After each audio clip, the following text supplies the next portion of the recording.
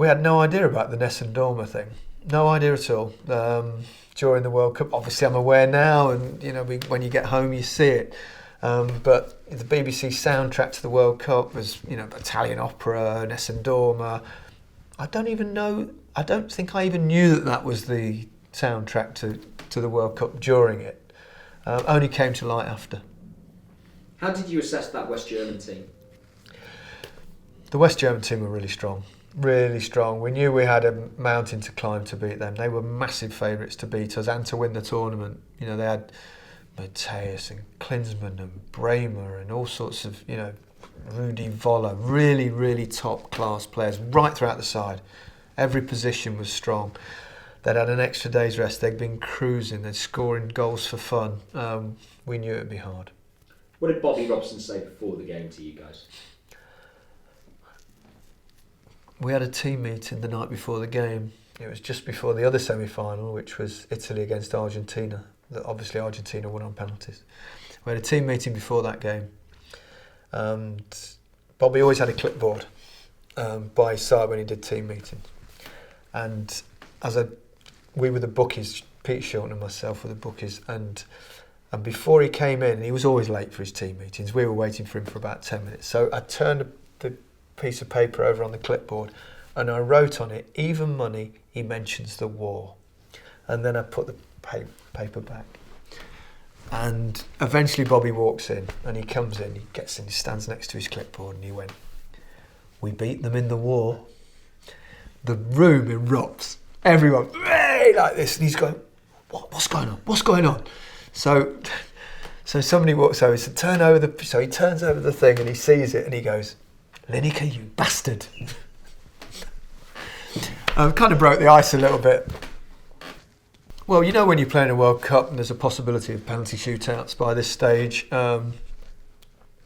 we'd had discussions. I was the only one who practiced penalties. I was the penalty taker. I've always felt we should, and I probably did back then.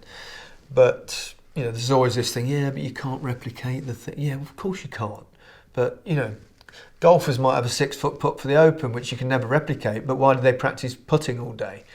Because it makes you better and it makes you feel a slightly bit more confident if you've practiced penalties. I've never understood the argument to the contrary. So no, we hadn't had much discussion about it, and all of a sudden you've got to work out who's going to take them. And whilst you might have a list prior to the game, obviously things are determined by events on the pitch. So Gazza was emotionally unstable by that stage because he knew we couldn't play the final, so he didn't take one, blah, blah, blah. And in the end, we ended up with 4 volunteers and Chris Waddle. So 4 of us put our hand up. Bobby's gone to him, "Chris, I want you to take the other one." And he didn't ever want to take it, really. It's funny, it's a hard thing to remember, the World Cup. It's kind of a bit of a blur. It's a long walk. I know it's not a long walk really, but from that centre circle to taking it to getting the ball on the penalty spot and then going back, it's kind of forever, or it feels like forever. And I'd practiced low right the last 2 days between the game, because I'd hit one straight and one to the keeper's left on the other occasion, so I thought I'll keep it low to the keeper's right this time. And when I hit it, and when it hit the net, it was like such a relief to be the first one. We're off the mark, it's a goal. And relief was the primary emotion. Is it almost a little bit, as a penalty taker, kind of slightly selfish thing, just let me score mine? Yeah. Is there a bit of that about it? Well, I think there's bound to be a little bit of selfishness to a penalty shootout, in the sense that it's not that let me score mine so I can be the hero, because that's not going to ever happen if you take the first one anyway. But it's, please let me score so I'm not the villain.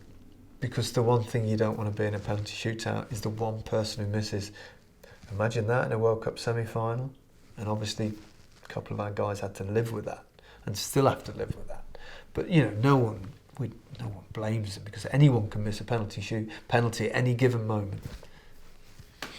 We'd started well. We had 3 good penalties. I scored, Beardsley, Platt, looked in good shape. They'd obviously scored. And then then Stuart Pearce went forward. And you're thinking confident. Pearcey smacks him in, really good penalty taker, viciously strong left foot. And he hit it. And he's obviously gone for the old smash it down the centre, but he's probably hit it so sweet and so hard that it's just caught the keeper as he's diving out of the way, basically. And then, obviously, we're under pressure, and the Germans just didn't flinch.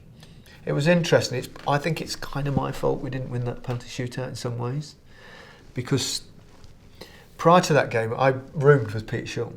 So we watched loads of games together. We'd seen lots of penalties, seen a few penalty shootouts. And in every penalty shootout, there's always a couple of penalties that go within the keeper's reach. So I didn't persuade him, but between us we decided that he'll wait to see where the penalty goes. So if you look at the penalty shootout, Peter Shilton went the right way on all 4 of the German penalties. But unfortunately, none of them went near him. So each one was just out of his reach. My fault. It's hard to put into words really how you feel at that particular moment when Chris missed. It's just so devastating. It felt like the end of the world. I know, let's put things into context and perspective and all that. But at that moment, it's just desolation. And especially you felt so sorry for like Stuart Pearce. And I was thinking, like they were distraught. Pearce is the hardest man I've ever met in my life. You never really saw him show any emotion at all. He's in tears. And what can you say? You can't say, it's all right, doesn't it? You'll be fine. It's not your fault. Meaningless nonsense. It was hard, and I remember going to you wander around it, you shake hands and all that, and you get to the dressing room, and everyone was just like that. There was no one was saying anything really. Bobby Robson was going around just consoling people, saying you've done your country proud, but just sat like that. Sat like that for ages. Nothing to say. Yeah.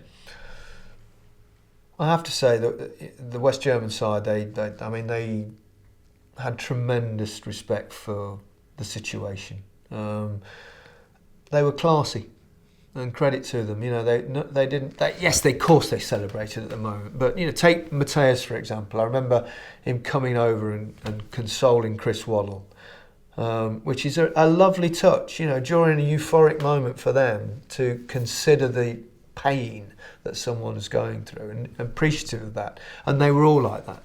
I remember Beckenbauer with Bobby Robson. A lovely moment where the two of them were walking off, I think, arm in arm together.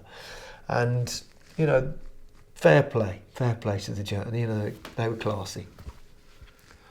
So England fly home to a hero's welcome. Did you expect that? Was it unexpected? Well, having experienced it 4 years before when we got to the quarter-final and we lost to the hand of God, I kind of expected there would be a little bit of a kind of euphoric or a bit of a kind of they did us proud feeling, but I never envisaged it would be quite to the levels that it was. It was insane. Although I didn't come back with the rest of the team.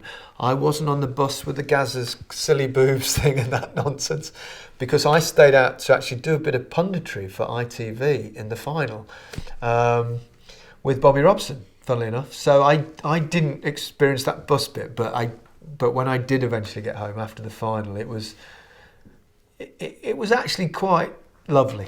The feelings of goodwill that we gave a good show of ourselves, and I think the public loved it. And it became almost a watershed moment, I think, for football. You'd had that, we'd had the Taylor Report, changing our stadia. All of a sudden there was different people watching football. It wasn't just the working classes, it was the middle classes. And women and children were watching the game again. All of a sudden hooliganism started to decline. I think it was a very important moment for football in our country.